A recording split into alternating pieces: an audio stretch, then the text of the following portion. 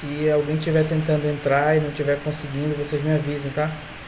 Que eu não consigo ver daqui. Então, pessoal, hoje a gente vai abordar o último tópico do material de vocês. E esse material ele trata sobre segurança vegetal. Deixa eu só voltar aqui.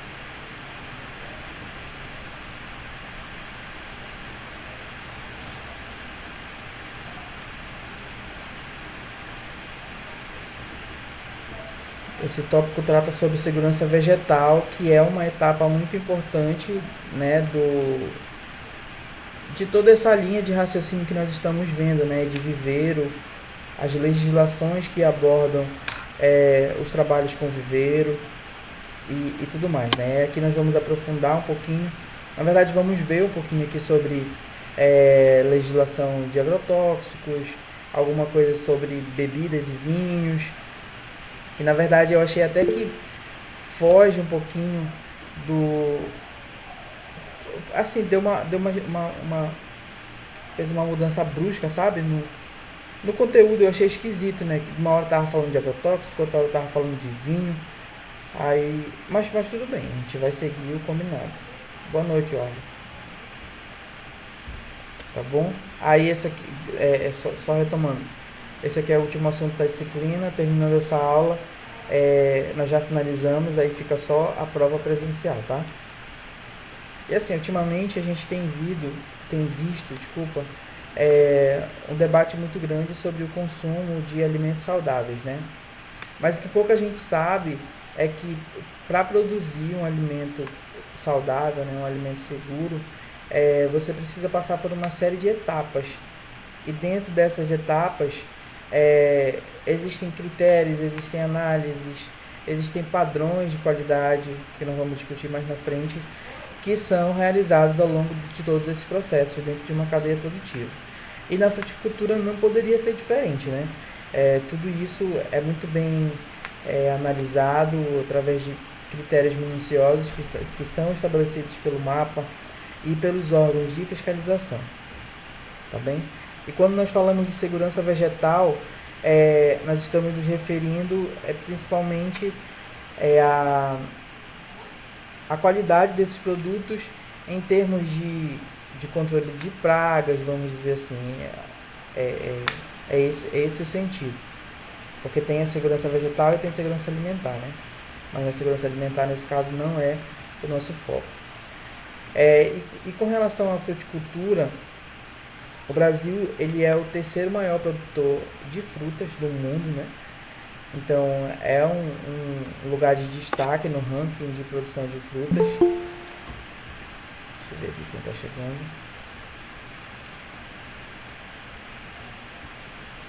É um lugar de destaque na produção de frutas, muito embora essa produção ela seja somente para consumo interno, né?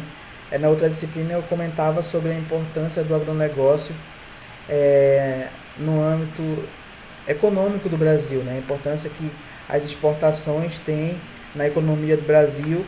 Só que aqui na fruticultura nós vemos um movimento diferente, né? Apesar de ainda estar inserido no âmbito do agronegócio, a fruticultura, a produção frutícola, né, do Brasil, ela é basicamente para consumo interno. E isso é devido às nossas condições climáticas, né, condições ambientais. As frutas tropicais são altamente perecíveis, a maioria delas, né? Então isso faz com que a exportação ela ainda seja um gargalo na fruticultura. Quem faz toda a fiscalização, regulamentação é o MAPA, né, que seria o órgão, o master, né, quem estaria no topo da hierarquia, quem vai estabelecer as portarias, as instruções normativas, através das coordenações, secretarias e vários outros setores que estão agregados ao MAPA. E assim, o Brasil ele tem uma área de produção superior a 2 milhões de hectares, né, com uma produção anual também superior a 44 milhões de toneladas de frutas. Mas como eu comentei, tudo isso vai para consumo interno e a gente tem que considerar que essa produção ela sofre uma perda muito grande devido o manejo, né? durante o manejo você tem muitas perdas, durante a colheita, ataque de pragas, e é sobre isso que nós vamos falar, né? Com essa produção em larga escala que nós temos, há o surgimento de muitas pragas e doenças que vão fazer com que esse valor que é produzido ele seja reduzido, né? E para combater essas pragas, a gente fala em controle, mas controle é uma palavra assim muito forte para a gente usar, né? Porque quando a gente fala em controle, a ideia é de que você está conseguindo controlar, né? Como o próprio sentido da palavra já diz, que você está conseguindo conduzir algo para uma finalidade. E muitas vezes, aqui com pragas e doenças, nem sempre isso é alcançado. Então, o que a gente fala? A gente fala de manejo, né? A gente consegue fazer manejo, conviver com as pragas, conviver com as doenças, e é basicamente que na maioria dos cultivos, basicamente o que na maioria dos cultivos está sendo feito, tá bem? E a partir daí, nós temos a utilização de produtos fitossanitários, né? A nomenclatura usada aqui no Brasil é essa, assim como outros também que são sinônimos, mas os produtos fitossanitários são utilizados para fazer esse manejo de diversas formas, né? E com a utilização deles, nós temos a geração de resíduos. E por ter a utilização desses produtos, a geração de resíduos, nós precisamos de regulamentação para poder utilizar esses produtos. E aí nisso entra a Coordenação Geral de Qualidade Vegetal, que é do MAPA, que visa, né, fazer essa regulamentação, baixar normativas e tudo, fazer essa fiscalização através de outros setores de outros órgãos que estão vinculados a essas coordenações. A gente observa que aqui no Brasil o setor frutícola está em crescente expansão, né? E para isso você precisa de estratégias de trabalho, né, de grupos de trabalho que façam com que tudo isso seja bem sucedido. Eu mencionei que com o aumento da produção, o aumento da quantidade de áreas, você tem também um aumento de pragas e doenças. Então, essas estratégias elas precisam ser bem estabelecidas, ser bem organizadas e bem executadas para que a gente não regrida, né? A intenção é que nós possamos progredir. E sem essas estratégias de manejo, de fiscalização, de legislação, é impossível crescer, né?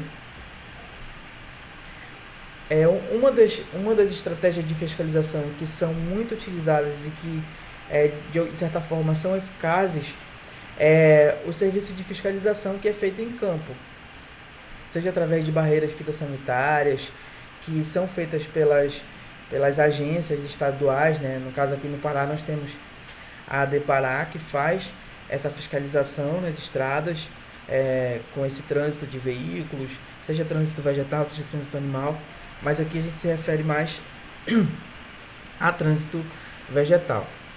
Essas barreiras fazem a fiscalização, né, dos documentos, das cargas, que nós chamamos de partidas, e nós temos também os postos de fiscalização aduaneiras que ficam nos aeroportos e nos portos, né, fiscalizando as partidas que vão chegar via marítima ou via aérea de outros países oriundos de exportação ou de trânsito intermunicipal e interestadual. E para tudo isso existem documentações específicas que não cabe a nós mencionar neste momento, mas o certificado fitossanitário de origem e alguns outros documentos que eu não vou lembrar agora, mas que são de grande importância para que uma carga, uma partida, né, ela consiga transitar livremente de um estado para outro, de um país para outro.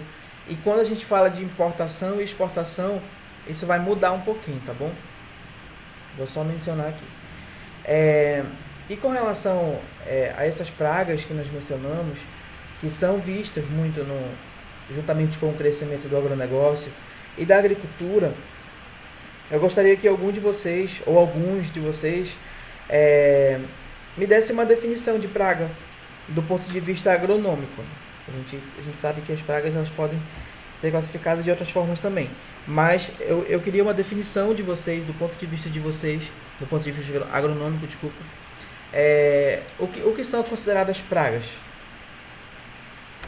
Vamos lá?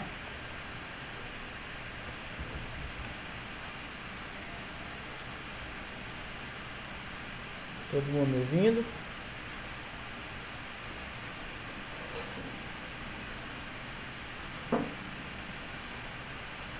Espera só um instante aí que enquanto vocês pensam, eu vou pegar a frequência aqui, tá?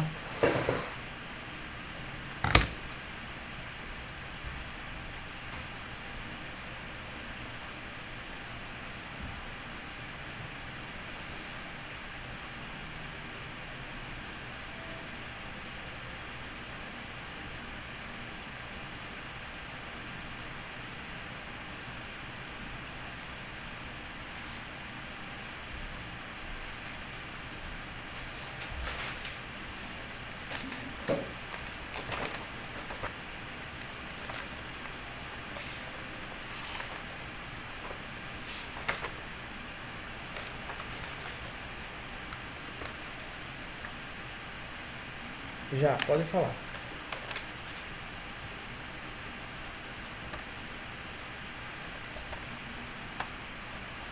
Ocasionando redução da produção. Esse aí é o conceito de praga? O que seria uma praga? Seria o prejuízo ou o mal que os insetos causam nas frutíferas e nas frutas. Causam prejuízo para os fruticultores. Certo. O Carlos está falando aqui que considera-se praga quando causa dano, né? É basicamente por aí. Deixa eu só fazer a frequência aqui enquanto tá todo mundo, que aí depois pode cair de alguém. Fernanda.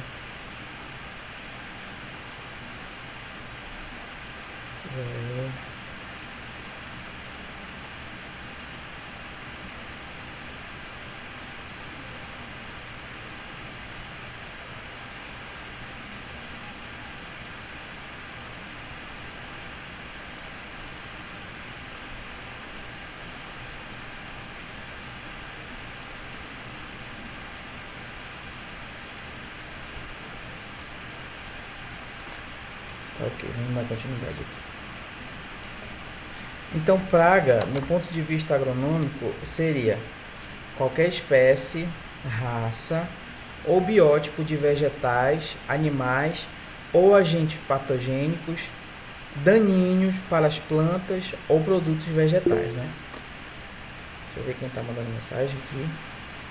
Fernando. Boa noite, Fernando. Então, qualquer espécie, seja ela animal, vegetal, que cause algum dano, né? O daninho seria dano para as plantas ou produtos vegetais. E nesse sentido aqui, a gente engloba os insetos, os animais, os agentes patogênicos, que no caso são os causadores de doenças, fungos, bactérias, vírus, nematóides, ácaros e assim sucessivamente. Então, qualquer espécie, raça ou biótipo de vegetais, animais ou agentes patogênicos que causam danos para as plantas ou produtos vegetais, tá bom?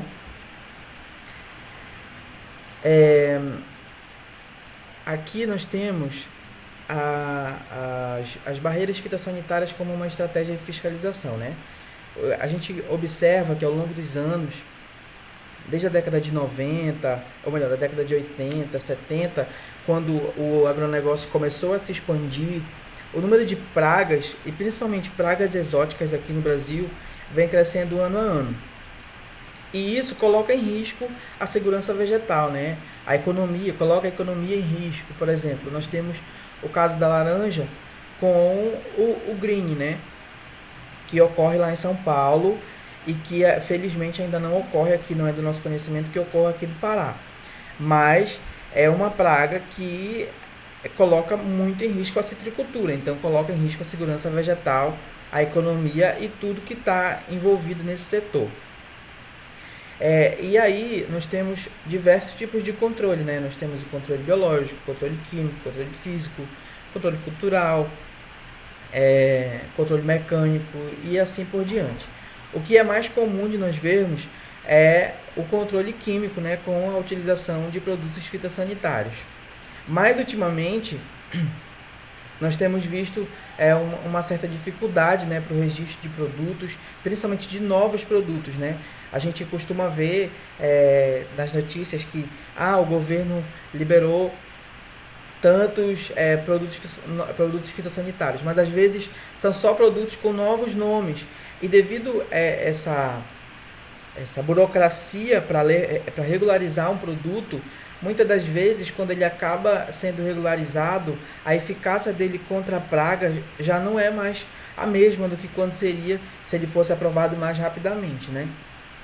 E aí, a utilização de um mesmo produto, ou então a ausência de produtos que são eficazes para o controle de pragas e doenças, principalmente aqui no caso de pragas, né, pragas e insetos, né, insetos pragas, nós temos muita ocorrência de resistência de populações, né? Essa ilustração aqui mostra, por exemplo, uma população de insetos que são suscetíveis a um determinado produto fitossanitário. Você usa a primeira vez e nessa população você tem um indivíduo resistente. Na segunda vez, o resistente se multiplicou. Então você vai utilizar e ele vai continuar, e a população do organismo resistente vai continuar se multiplicando. Se você continuar utilizando o mesmo princípio ativo aqui, aqui e aqui, mais na frente você vai ter uma população de organismos altamente resistentes, que o princípio ativo que você usa não vai mais ser eficaz no combate desta praga. Então, o que sugere-se? Que aqui nesses métodos de controle, de manejo, né, como eu mencionei, você faça um manejo integrado de métodos de controle, né, que é o MIP, o manejo integrado de pragas, em que você alterna, por exemplo, a utilização de princípios ativos. Aqui, se nessa aplicação você utilizou um, aqui você utiliza outro, e aqui você utiliza outro. E assim faz esse rodízio para que esses organismos não se tornem resistentes, tá bom? Alguma dúvida até aqui? Ok. Aí aqui a gente passa para a legislação de bebidas e produtos de origem vegetal. Aqui o material de vocês ele dá uma ênfase bastante em vinhos, mas a gente frisa que no ranking de consumo de bebidas e produtos produtos líquidos, né? Quem está no topo do ranking é a cerveja e os refrigerantes. No entanto, o setor de vinhos e outras bebidas, ele também vem sendo incrementado, né? E principalmente pelo aumento da renda da população, o consumo desses produtos, principalmente do exterior, das regiões da Itália, da França e tudo, eles têm aumentado.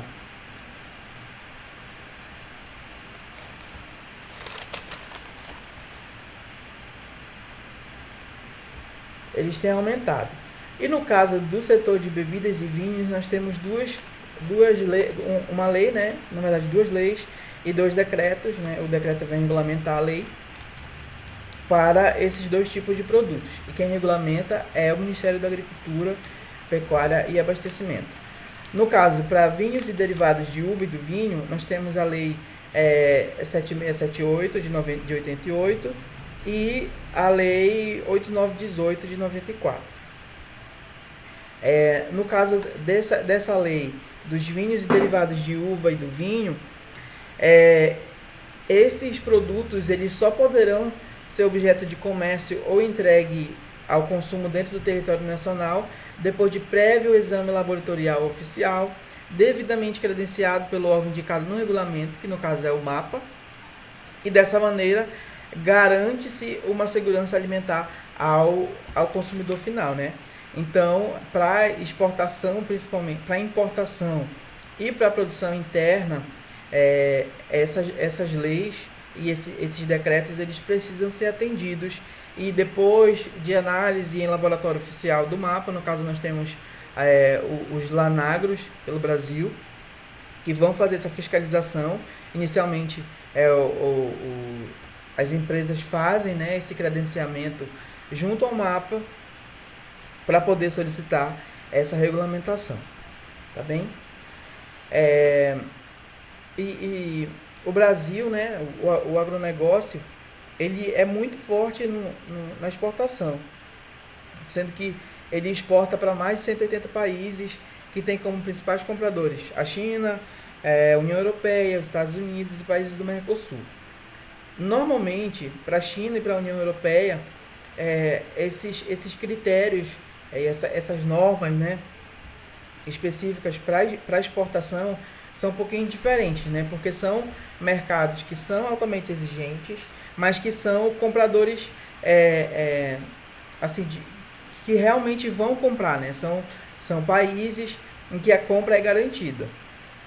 Então, no caso para uma empresa conseguir fazer a exportação de produtos, desses produtos que são derivados do vinho e da uva e do vinho, no caso, eles precisam fazer, inicialmente, o registro junto ao Ministério da Agricultura, precisam dos certificados de livre venda, certificado de origem para exportação e certificado de análise laboratorial. E quando se trata de China e União Europeia, existem outros documentos que vão ser acoplados nesse pombo, que é legislação, no caso, interna desses países, né? São normas que eles estabelecem para que o produto entre com o padrão de qualidade que eles exigem. Aí esses registros, eles vão ser expedidos pelos órgãos que são autorizados pelo MAPA, sejam eles estaduais ou federais, tá bom? E para todos esses produtos, nós temos um padrão de identidade e qualidade. E o que seria um padrão de identidade e qualidade?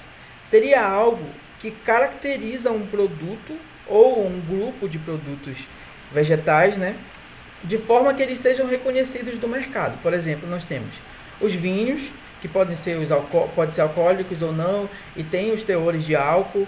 Nós temos as polpas de frutas, que tem um critério de identificação, então é um padrão de identidade.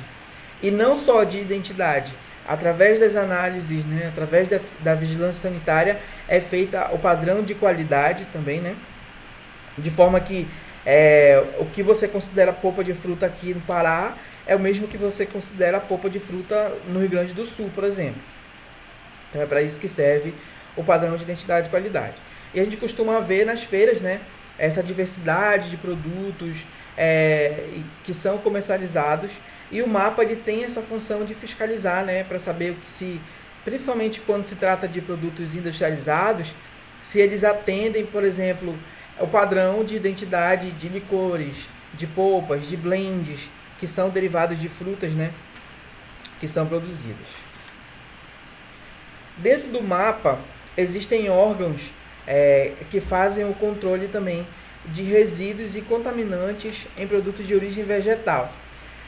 O programa que é responsável por esse tipo de controle é o PARA, que faz a análise dos resíduos, para saber o quanto de resíduo tem nos produtos e tal.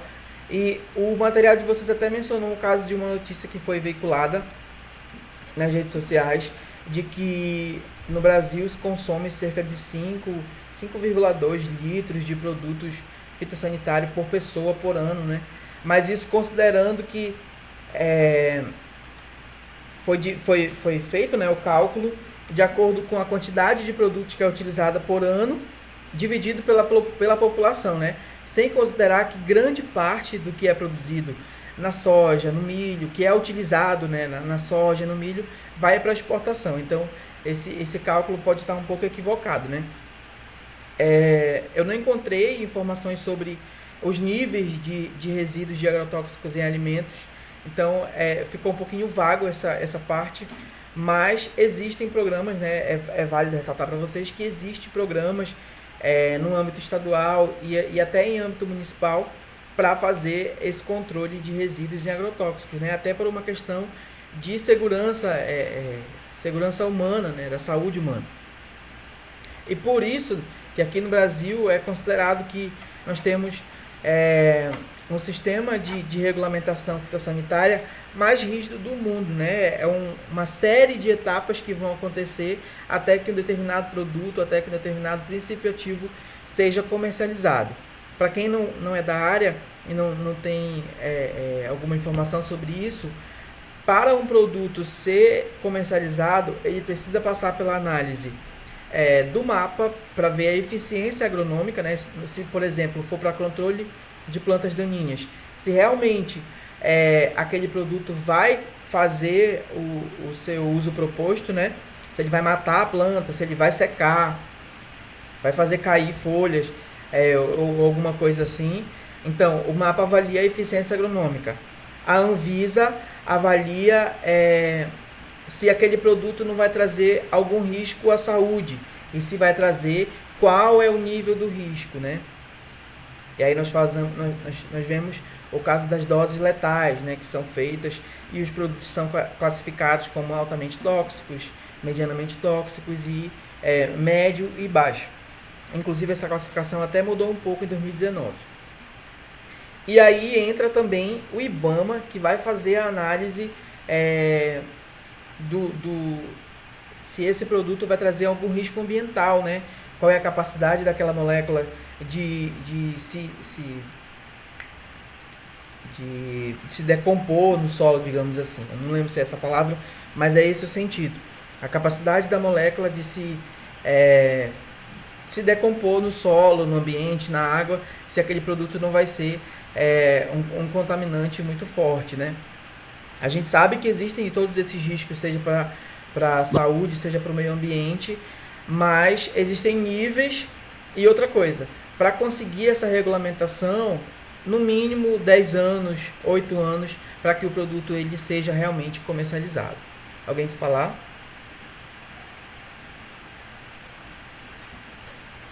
Eu escutei um microfone fazendo barulho. Tá, beleza, eu vou continuar.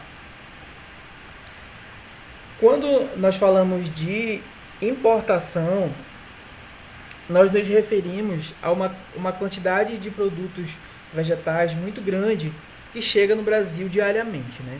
Através dos portos, dos aeroportos.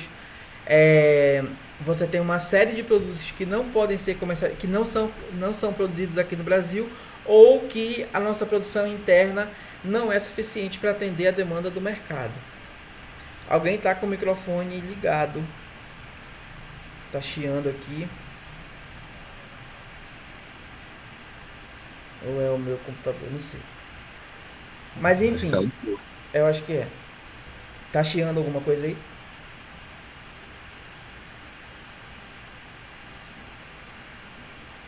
Não sei, vou continuar. Aí sim, através até das pessoas, né, que viajam para outros países e trazem comida, trazem plantas. Então, para tudo isso, tem legislação específica e o MAPA trabalha arduamente para que a gente não tenha uma maior introdução, né, de pragas exóticas que não estão aqui no Brasil. E aí entra o serviço quarentenário, né? Nós temos a classificação de pragas quarentenárias ausentes, que seriam barreiras fitossanitárias que bloqueiam possíveis invasores, né? Por exemplo, no trânsito interestadual, nós temos o caso de pragas que ocorrem em alguns estados, mas não ocorrem nos outros. Aqui no Pará é um exemplo. Nós não temos o cancro cítrico ainda aqui na região do polo citrícola. Então, existem as barreiras fitossanitárias que a AD Pará faz toda a fiscalização de todas as partidas que chegam de frutas, de animais, para saber se essas cargas não estão trazendo algum tipo de praga exótica, né? Algum tipo de doença. Então, para que isso seja certificado, as partidas, né, as cargas, elas têm que ter o certificado fitossanitário de origem e alguns outros documentos que são acoplados nessa documentação. Esse é um meio de fazer esse controle, né, de pragas quarentenárias que não estão presentes aqui no Brasil, nas fronteiras principalmente, e nos aeroportos. Caso seja encontrado quando essas partidas chegam principalmente via marítima de outros países, o ideal, né, o protocolo, é que o navio fique de quarentena por alguns dias. O material é analisado pelos laboratórios que são postos em locais estratégicos, né, próximos aos portos e aeroportos, para que essa análise seja feita pelo mapa, né, nos laboratórios do mapa. E aí, caso seja identificado alguma praga que tenha algum potencial de dano, né, que não seja encontrada aqui no Brasil, a carga ela pode passar por algum tipo de descontaminação, né, desinfestação, na verdade. Ou então, caso a carga esteja completamente comprometida, esse material vai ser incinerado ou então vai ser descartado de forma que ele não possa ser consumido. Tá bem? Então, o serviço quarentenário trabalha dessa forma. Nós temos as pragas quarentenárias presentes, que apesar dos danos, né, mas elas já estão aqui instaladas no Brasil e muitas vezes elas entram aqui através do transporte clandestino de vegetais, distribuição de vetores naturais, né, isso acontece bastante. E o mapa disponibiliza uma lista de pragas quarentenárias presentes e que não estão amplamente distribuídas. Então, não só é importante ter as barreiras nas alfândegas, né, fiscalização aduaneira, mas também precisa de fiscalização interestadual, exatamente para essas pragas que já estão instaladas aqui. O exemplo, o cancro cítrico, que já ocorre em outros estados, o green, que já ocorre em outros estados, mas as barreiras fitossanitárias visam inibir, né, tentar minimizar a entrada dessas pragas no território estadual ou nacional. A lista é fundamental para a prevenção da disseminação dentro do território brasileiro por meio do controle de trânsito interestadual e ações preconizadas nas instruções normativas específicas de cada praga. Tá bem? Essas aqui são as referências de hoje e é isto. Alguma dúvida, pessoal?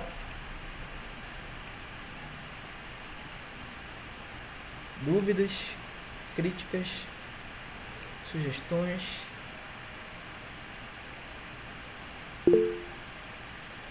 Até o momento não, né? Então é isso, pessoal. Eu acredito que da minha parte